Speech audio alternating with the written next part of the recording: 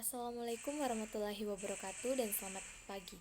Perkenalkan, nama saya Erin Grestisha dari kelas B Manajemen. Di sini saya akan mempresentasikan apa itu manajemen. Yang pertama, pengertian manajemen. Manajemen berasal dari bahasa Prancis, yaitu manajemen, yang berarti seni untuk mengatur atau mengelola sesuatu. Dalam bahasa Inggris, kata manage berarti mengendalikan atau mengelola. Secara umum, manajemen dikenal sebagai sebuah proses yang mengatur kegiatan atau perilaku sehingga menimbulkan efek yang baik. Adapun fungsi-fungsi manajemen. Yang pertama, perencanaan atau planning. Perencanaan merupakan suatu rangkaian proses penentuan atau penempatan tujuan organisasi dan penentuan berbagai strategi yang dibutuhkan untuk mencapai tujuan. Ada 4 tahap yang harus dilalui dalam proses perencanaan. Yang pertama, memberikan tujuan. Yang kedua, merumuskan keadaan saat ini. Yang ketiga, identifikasi nyata dan hambatan. Yang keempat, perencana mengembangkan tujuan. Bagi sebuah perusahaan, manfaat dari adanya fungsi perencanaan dalam sebuah perusahaan adalah: yang pertama, dapat dijadikan baru dalam pelaksanaan tujuan. Yang kedua, dapat menjamin tercapainya tujuan organisasi. Yang ketiga, dapat menghindari risiko yang mungkin terjadi di masa yang akan datang. Dan yang keempat, mudah dalam melakukan pengawasan. Yang kedua, pengorganisasian. Fungsi manajemen pengelolaan perusahaan yang wajib dijalankan dengan baik yang berikut adalah adanya fungsi pengorganisasian. Pengorganisasian merupakan rangkaian pembagian tugas yang akan dikerjakan serta proses pengembangan organisasi yang sesuai dengan tujuan perusahaan. Proses pengorganisasian meliputi: yang pertama, proses konfirmasi dari aktivitas. Yang kedua, melakukan aktivitas kelompok. Yang ketiga, tes dari tugas yang sudah dikerjakan. Yang keempat, mendelegasikan kewenangan dan menciptakan tanggung jawab. Dan yang kelima, melakukan koordinasi dengan pihak yang berada dalam sebuah perusahaan. Yang ketiga, kepegawaian. Kepegawaian merupakan fungsi manajemen yang hampir sama dengan pengorganisasian. Secara sederhana, fungsi ini bertujuan untuk menempatkan sumber daya perusahaan di tempat yang paling tepat sesuai dengan bidang keahliannya. Fungsi kepegawaian juga tidak hanya masalah tenaga kerja saja, melainkan seluruh sumber daya dalam perusahaan. Hal ini termasuk peralatan, inventaris, maupun sumber daya lainnya. Staffing sangat penting dilakukan agar divisi yang ada di dalam perusahaan dapat dipenuhi kebutuhannya secara merata. Adapun pengertian teori manajemen. Teori manajemen merupakan kumpulan prinsip-prinsip atau principles yang disusun secara sistematis. Prinsip tersebut berusaha menjelaskan hubungan-hubungan antara fenomena-fenomena yang ada. Manajemen menurut Stoner adalah proses perencana, pengorganisasian, pengarahan, dan pengawasan usaha-usaha para anggota organisasi dan penggunaan sumber daya organisasi lainnya agar mencapai tujuan yang telah ditetapkan. Yang ketiga, teori manajemen menurut para ahli. Menurut George R. Terry, pengertian manajemen adalah sebuah proses yang khas yang terdiri dari beberapa tindakan, yakni perencanaan, pengorganisasian, menggerakkan, dan pengawasan. Yang berikut dari Henry Fayol, pengertian manajemen adalah suatu proses perencanaan, pengorganisasian, pengordinasian, dan pengawasan atau kontrol terhadap sumber daya yang ada agar mencapai tujuan secara efektif dan efisien. Menurut Mary Parker Follett mengatakan bahwa pengertian manajemen adalah sebagai suatu seni. Setiap pekerjaan bisa diselesaikan dengan orang lain. Dan menurut James A. F. Stoner adalah proses perencanaan, pengorganisasian, dan penggunaan sumber daya organisasi yang lain dalam rangka mencapai tujuan organisasi yang telah ditetapkan di organisasi tersebut. Menurut Dr. Bennett N. B. Silalahi M.A., pengertian manajemen adalah ilmu perilaku yang terdiri dari aspek sosial atau eksak, bukan dari tanggung jawab keselamatan serta kesehatan kerja baik dari sisi perencanaannya.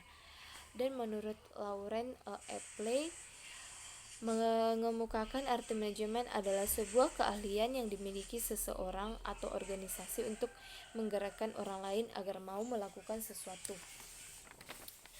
Dan menurut Renville Silagian, manajemen adalah salah satu bidang usaha yang bergerak di bidang jasa pelayanan yang dikelola oleh tenaga ahli yang terlatih dan berpengalaman.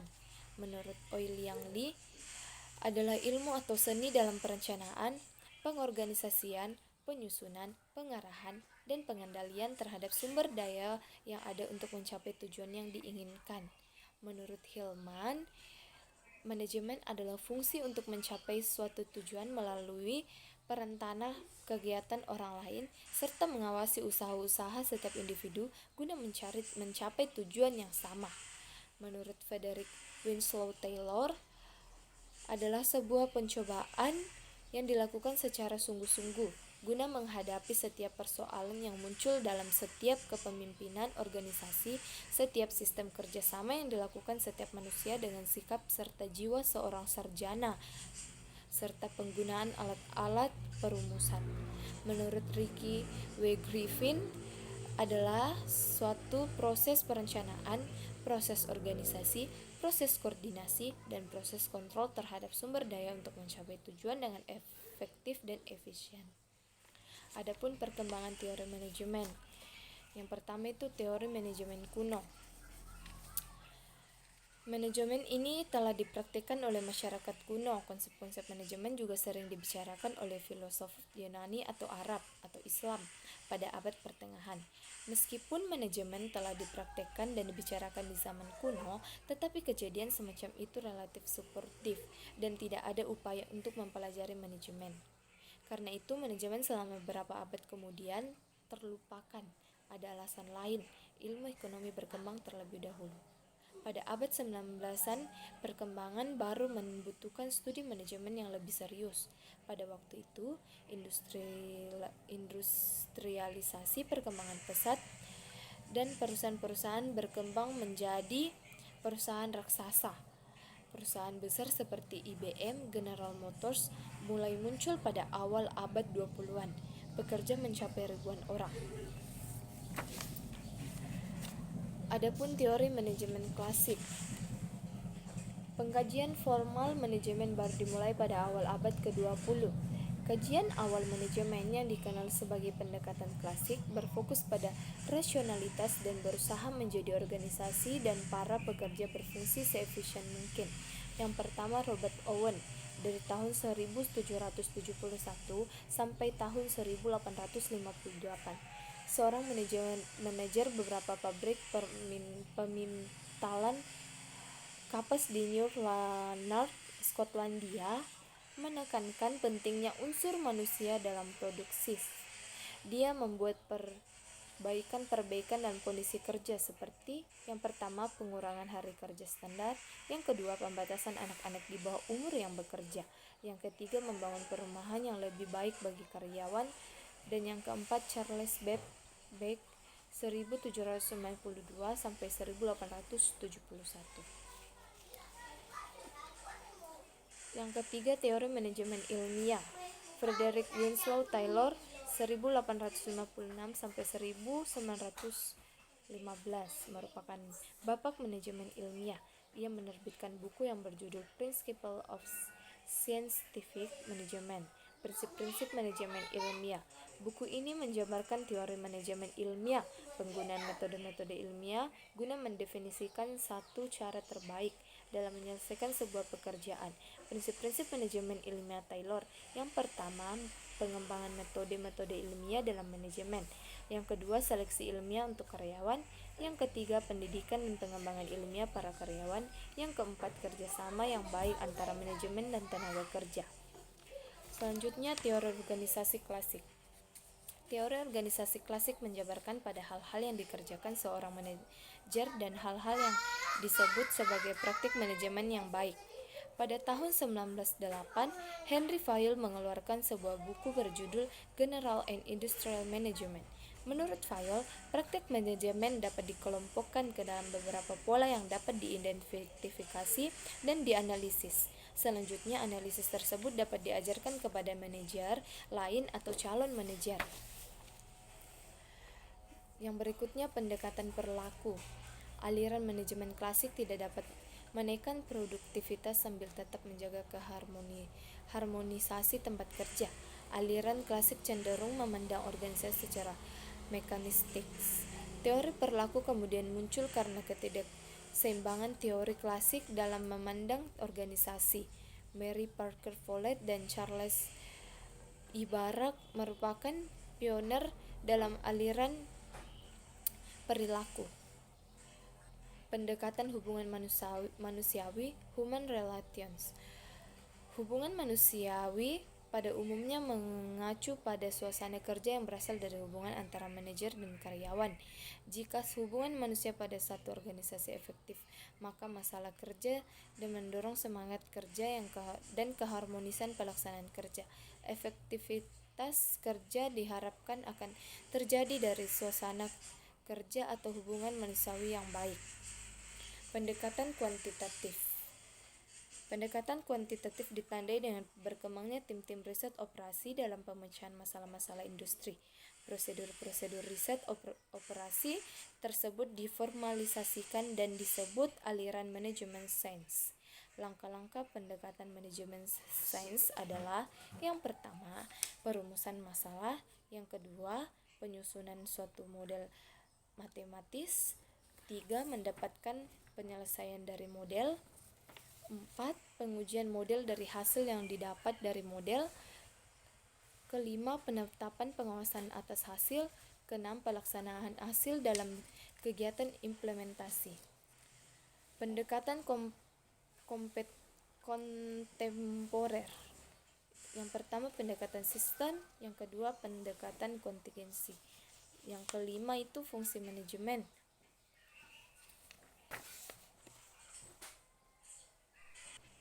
Menurut Henry Fayol ada 5, diantaranya yaitu planning, organizing, commanding atau pengarahan, controlling atau pengendalian, atau coordinating atau pengorganisasian.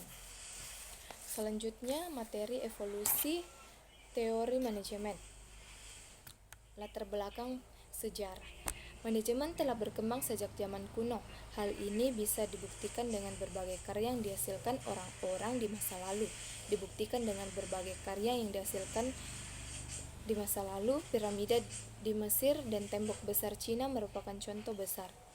Menurut Adam Smith, mengapa Adam Smith dianggap mempengaruhi perkembangan ilmu manajemen? Karena buku yang diterbitkan dan menjadi doktrin para ahli ekonomi yang berjudul The Wealth of Nations, di mana mengemukakan keunggulan ekonomi yang akan diperoleh suatu organisasi dari pembagian kerja yang merinci pekerja ke dalam tugas-tugas yang lebih detail. Revolusi industri muncul pada abad 18 di Inggris dan bergerak ke Amerika pada akhir Perang Saudara, mampu merubah sistem produksi yang awalnya dibuat di rumah-rumah menjadi dibangun di pabrik-pabrik. Pendekatan-pendekatan dalam teori manajemen. Manajemen ilmiah, teori manajemen kontemporer, pendekatan perilaku, pendekatan administrasi, pendekatan kuantitatif, dan manajemen ilmiah berprinsip dalam menggunakan masalah-masalah manajemen digunakan secara prinsip ilmiah. Frederick Windows Taylor pada tahun 1991 berkembang apa yang disebut dengan manajemen ilmiah. Dikenal sebagai bapak manajemen modern melalui bukunya Principles of Science Management. Kajian ini memperkenalkan penggunaan metode ilmiah untuk merumuskan satu-satunya cara terbaik untuk menyelesaikan masalah. Terus materi selanjutnya, manajemen dan lingkungannya. Pengertian lingkungan menurut Robbins de Coulter 1999 adalah lingkungan menunjuk pada lembaga kekuatan yang berada di luar organisasi tersebut dan secara potensial mempengaruhi kinerja organisasi. Lingkungan organisasi dibagi menjadi 2, yaitu lingkungan langsung dan tidak langsung. Dan menurut pengertian yang lain, lingkungan organisasi menjadi 2 bagian, lingkungan makro environment, dan lingkungan mikro environment. Tujuan manajemen dibutuhkan untuk mencapai tujuan organisasi dan juga tujuan individu yang ada dalam organisasi tersebut. Semua bentuk organisasi di mana orang-orang bekerja bersama mencapai tujuan telah ditetapkan membutuhkan manajemen. Manajemen diperlukan organisasi agar usaha pencapai tujuan menjadi lebih mudah. Lingkungan eksternal, lembaga atau kekuatan luar yang berada di luar organisasi tertentu yang berpotensi mempengaruhi kinerja organisasi itu. Lingkungan internal, berbagai hal pihak yang terkait langsung dengan kegiatan sehari-hari organisasi dan berpengaruh terhadap setiap program kebijakan hingga denyut nadinya organisasi. Organisasi sebagai kumpulan orang-orang tidak dapat dilepaskan dari lingkungan karena pada dasarnya organisasi juga merupakan bagian dari lingkungan dan masyarakat. Yang pertama, pemasok adalah salah satu mitra atau orang ataupun bidang usaha yang menyalurkan bahan baku yang dibutuhkan perusahaan dalam produksi barang ataupun jasa. Pelanggan atau langganan menunjuk pada individu atau rumah tangga perusahaan yang memberi barang atau jasa yang dihasilkan dalam ekonomi.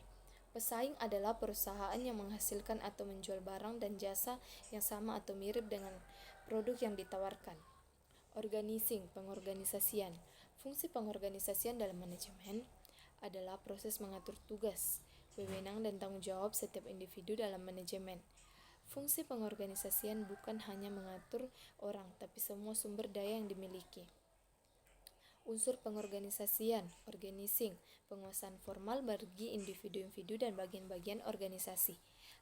Penguasaan formal bagi individu-individu dan bagian-bagian organisasi, hubungan komunikasi dan pelaporan formal termasuk garis kewenangan, penanggung jawab keputusan, jumlah tingkat hierarki dan jenjang kontrol manajer.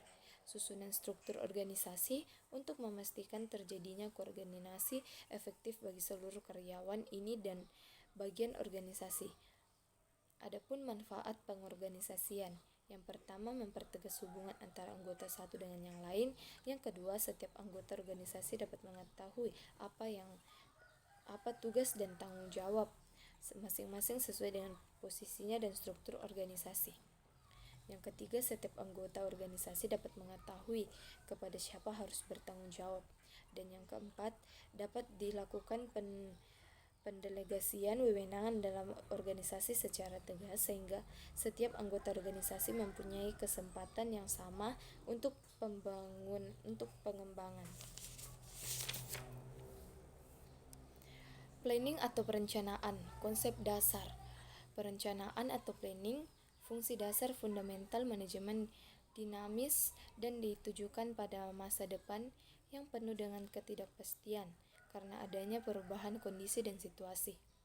Planning bagian sangat penting di dalam suatu manajemen karena tanpa ada planning pada rencana maka kita tidak tahu di mana arah yang akan kita capai. Seperti ke depannya, kita tidak tahu ketidakpastian apa yang akan terjadi. 5 hal yang penting dalam melakukan perencanaan pemasaran. Yang pertama, menentukan target konsumen. Yang kedua, membuat tujuan akhir. Yang ketiga, menentukan kanal pemasaran. Keempat, membentuk tim.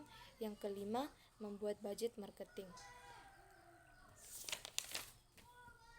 Jenis-jenis perencanaan.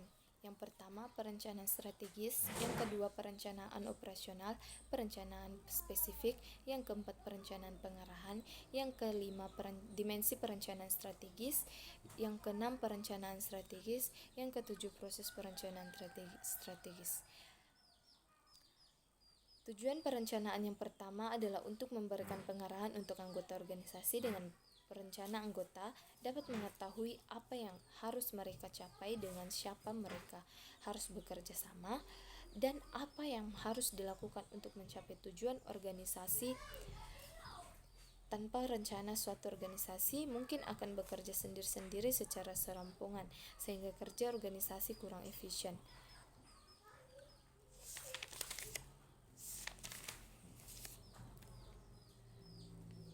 Pengisian jabatan atau staffing. Materi yang selanjutnya pengisian jabatan atau staffing merupakan salah satu pengisian jabatan untuk memperoleh karyawan yang efektif yang mengisi jabatan-jabatan kosong dalam suatu organisasi perusahaan. Tujuannya agar semua jabatan yang ada di organisasi ada pejabatnya yang menduduki dan pejabat harus melaksanakan tugas-tugas sesuai dengan jabatan yang diberikan sehingga apa yang menjadi syarat perusahaan itu dengan sendirinya akan tercapai. Ada beberapa pokok masalah dalam fungsi pengisian jabatan. Yang pertama, pengadaan adalah suatu proses yang menjamin tersedianya barang maupun jasa dari luar yang dibutuhkan oleh proyek. Yang kedua, penarikan adalah usaha untuk mencari dan mempengaruhi tenaga kerja agar mau melamar lowongan pekerjaan yang ada dalam suatu perusahaan. Yang ketiga adalah proses untuk memilih pelamar untuk dijadikan karyawan dan menempatkan mereka pada posisi yang dibutuhkan oleh organisasi. Yang kelima, penempatan adalah proses penguasaan atau pengisian jabatan atau penguasaan kembali pegawai pada tugas atau jabatan baru atau jabatan yang berbeda. Pemberhentian adalah pemutusan hubungan kerja seorang karyawan dengan suatu organisasi perusahaan. Pemberhentian terjadi karena perundang-undangan, artinya seorang karyawan terpaksa diberhentikan dari organisasi. Itulah materi yang saya jelaskan. Kurang lebihnya mohon dimaafkan. Assalamualaikum warahmatullahi wabarakatuh.